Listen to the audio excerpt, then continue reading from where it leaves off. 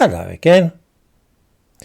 When news first came of the Queen's death, I said that no black people seemed to be in the crowds gathering at Buckingham Palace. The odd thing was that when the BBC interviewed people, they always seemed to come across black people to speak to in the crowds. I could smell a rat, and so I went down there today to see for myself. The crowds were immense, and there was a queue in Green Park stretching for miles to reach the front gates of the palace to lay flowers.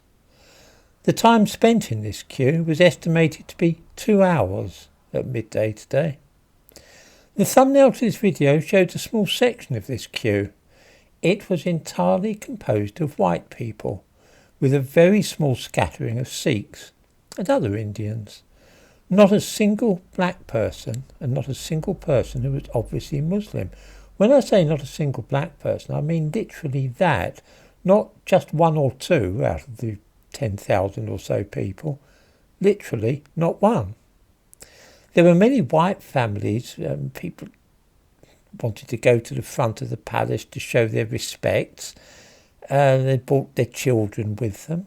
The crowd was estimated to be over 10,000. The only black people I saw at all were the security guards controlling the queue.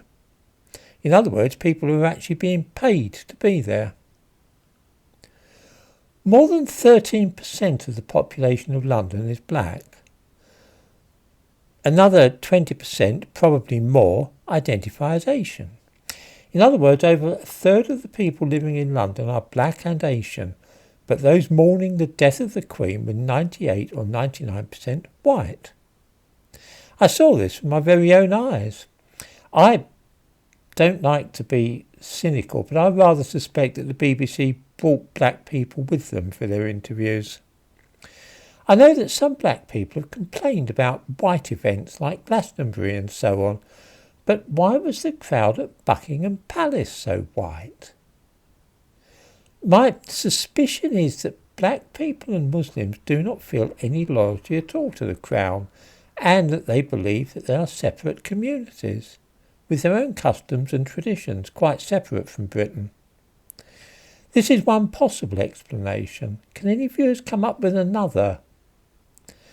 There really was something quite strange about seeing an all-white gathering in London, so many thousands of people, and all white.